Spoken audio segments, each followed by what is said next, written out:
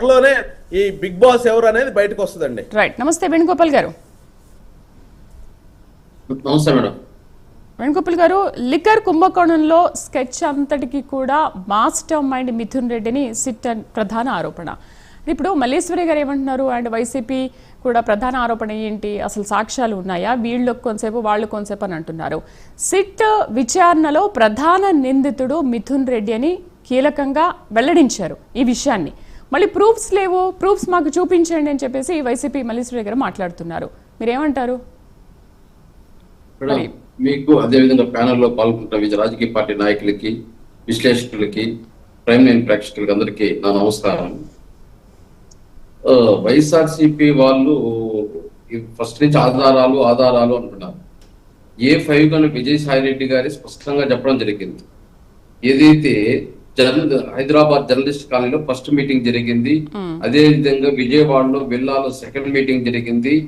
దాంట్లో ఎవరెవరు పాత్రలు ఉందంటే Vasudeva Reddy, Prasad, Satyaprasad, MP Mithun Reddy, Sajjala Sridhar, Kasireddy, OSD Krishna, IA Dhananjaya Reddy, వీళ్ళ పేర్లంతా చెప్తూ ఆ రోజు ఏదైతే సిట్టింగ్ విచారణలో పాల్గొని బయట వచ్చి చెప్పడం జరిగింది. ఇవన్నీ చెప్పాను నేను.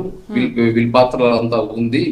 వీళ్ళు ఏదైతే ఆదానికి సంబంధించి ఆదాని ప్లస్ డీకాట్ కి సంబంధించి డబ్బులు అడిగితే డిస్ట్రిక్ట్ కొనడానికి వాళ్ళ చేత 100 కోట్లు తీర్చాడు. అదాని చేత డీకాట్ చేత 100 కోట్లు తీర్చాడు వీళ్ళకి. విజయసాయి రెడ్డి స్పష్టంగా చెప్తున్నాడు ఆయన మీడియా ముందు వచ్చి, విచారణ ఏదైతే చెప్పినా దాన్ని ప్రెస్ మీడియా కూడా చెప్తున్నారు అనేసి. 100 కోట్లు 12% ఇంట్రెస్ట్ తో తీర్చారు వీళ్ళకి. వీళ్ళందరూ 2 మీటింగ్లు జరపడం జరిగింది. దానివల్ల డిస్టిలరీ ఈ డబ్బు తీసుకొని డిస్టిలరీ లీజుకి తీసుకున్నారు. ఆ డిస్టిలరీ లీజుకి తీసుకొని లిక్కర్లు గవర్నమెంట్ షాపులకి వాళ్ళే పంపించడం జరిగింది. ఆ మార్జిన్ మనీ వీళ్ళు తీసుకున్నారు.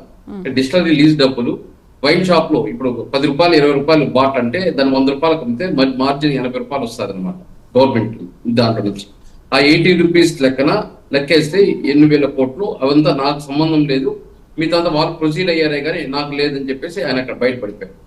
దానికన్నా A2గా ఉన్న ఏదైతే వైఎస్ఆర్సీపీలోనే A2గా ఉన్న వ్యక్తిని 2000 ర్యాంక్ నన్ను పంపించారు. నేను ఒక్కొక్క స్టెప్ దిగుతా వస్తే నన్ను ఒక్కొక్క స్టెప్ ఎక్కుతా వచ్చారు. ఎవరైతే కసిరెడ్డి, చెవిరెడ్డి భాస్కర్ రెడ్డి వీళ్ళ పేర్లంతా చెప్పుకోవడం రావడం జరిగింది విజయసాయి రెడ్డి గారు అనే డిబేట్ అనేక ప్రెస్ మీట్ లో. కానీ వీళ్ళు ఇప్పుడు కూడా ఆధారాలు ఏడంటే ఆధారాలు సేకరిస్తున్నారు. విజయసాయి రెడ్డి చెప్పింది కరెక్టా కాదా, లేకపోతే కసిరెడ్డి చెప్పింది కరెక్టా కాదా అని చెప్పి ఏదైతే దీంట్లో 40 మంది ఇప్పటి వరకు చార్జ్ షీట్ లో ఉన్నారు కాబట్టి 40 మంది పేర్లు 200 మందిని విచారించారు. 40 మంది ఉన్నారు. వీళ్ళంతా స్టెప్ బై స్టెప్ విచారించి ఆధారాలు తీసుకున్నాడు. కసిరెడ్డి కూడా ఇంక 90 days అంటే త్వరలోనే ఆయన బెయిల్ కూడా క్లోజ్ అయిపోతుంది. అంతలోపు విచారణ చేసి ఛార్జ్ షీట్ అయ్యారు. దాని ప్రయత్నం ప్రభుత్వం ఏదైతే సిట్ చేస్తుంది, ఇక్కడ ఎక్కడ కానీ ప్రభుత్వం ఇన్వాల్వ్మెంట్ లేదు. అది పవన్ కళ్యాణ్ గారు అయితేనేమి, చంద్రబాబు నాయుడు గారు అయితే ఎవరైనా సరే లా అండ్ ఏదైతే అవినీతికి కానీ పాల్పడుతుంటే ఖచ్చితంగా వాళ్ళ తాట తీస్తుంది. చట్టం తన పని తను చేసుకొని పోతుంది. ఎక్కడ అవినీతి ఉన్నా ఖచ్చితంగా మేము వెలికి తీస్తామని చెప్తున్నారు. కానీ ఇక్కడ కక్ష పూరితంగా అంటే ఇంకా ఎన్నో అవితులు ఉంది.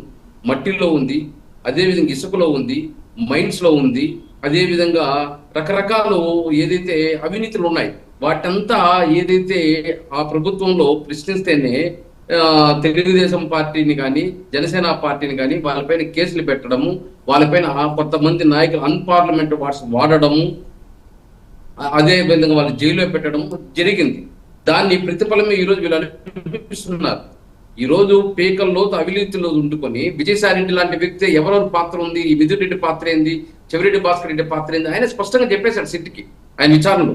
ఇంకా దాన్ని వీళ్ళు ఏమంటే విజయసాయి రెడ్డి చెప్పింది వీళ్ళు చెప్పింది కరెక్టా కాదని చెప్పి టాలీ చేసుకుంటున్నారు. అంత లోపల వీళ్ళు బెయిల్ వేసుకోవడము, ఆ బెయిల్ రద్దు కావడము, సుప్రీంకోర్టుకి పోవడము, వాళ్ళు పోయి హైకోర్టులో పోయి మీరు విచారణలో ఎదుర్కోండి అని చెప్పి చెప్పడము, ఇవన్నీ కామన్ గా జరుగుతుంది. ఏంటంటే అవినీతి పాల్పడినప్పుడు ఖచ్చితంగా మనము కోఆపరేట్ చేయాలి, మనకి ఏం తెలిసిన నిజాలు వాటి చెప్పాలి, మన పాత్ర ఏమన్నా ఉంటే మనం శిక్ష పడాలి, ఇవన్నీ కామన్ గా ఉంటది. మేడం ఏదో ఒక తెలుగుదేశం పార్టీ నాయకులు మాట్లాడితే క్రాస్ టాక్ మీ దగ్గర ప్రూఫ్లు ఉన్నాయా, మీ దగ్గర ప్రూఫ్ విజయసాయి రెడ్డి అడగమని చెప్పండి, ఆయన దగ్గర ప్రూఫ్లు ఉందా లేదు. ఆయన కూడా A5 కదా. దోషుల్లో 30-40 మంది ఉండేటప్పుడు A5 అనే వ్యక్తి మేము ఇవంతా చేశామని చెప్తా ఉంటే ఆయనే చెప్తా ఉంటే అవును ఆయన దగ్గర ఉండే 100 కోట్లు ఇప్పించాలని కూడా విజయసాయి రెడ్డి మాట్లాడారు కదా ఆ రోజు. అదే సిట్ ఏదైతే ఆయన పిలిచిందో ఆ రోజు బయట రావడం, ఆయన మొత్తం డీటెయిల్స్ చెప్పేశాడు.